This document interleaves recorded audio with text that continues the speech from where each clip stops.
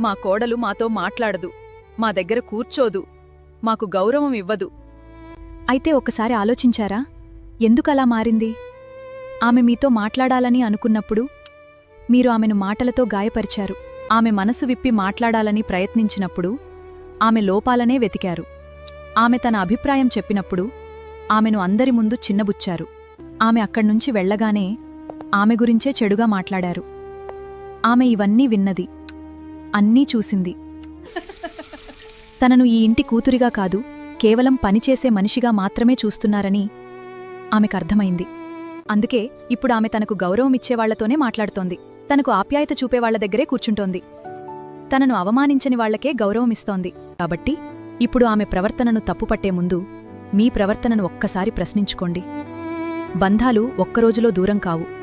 మాటలతో చేసే గాయాలు, పదే పదే జరిగే అవమానాలు మనసులను నెమ్మదిగా దూరం చేస్తాయి.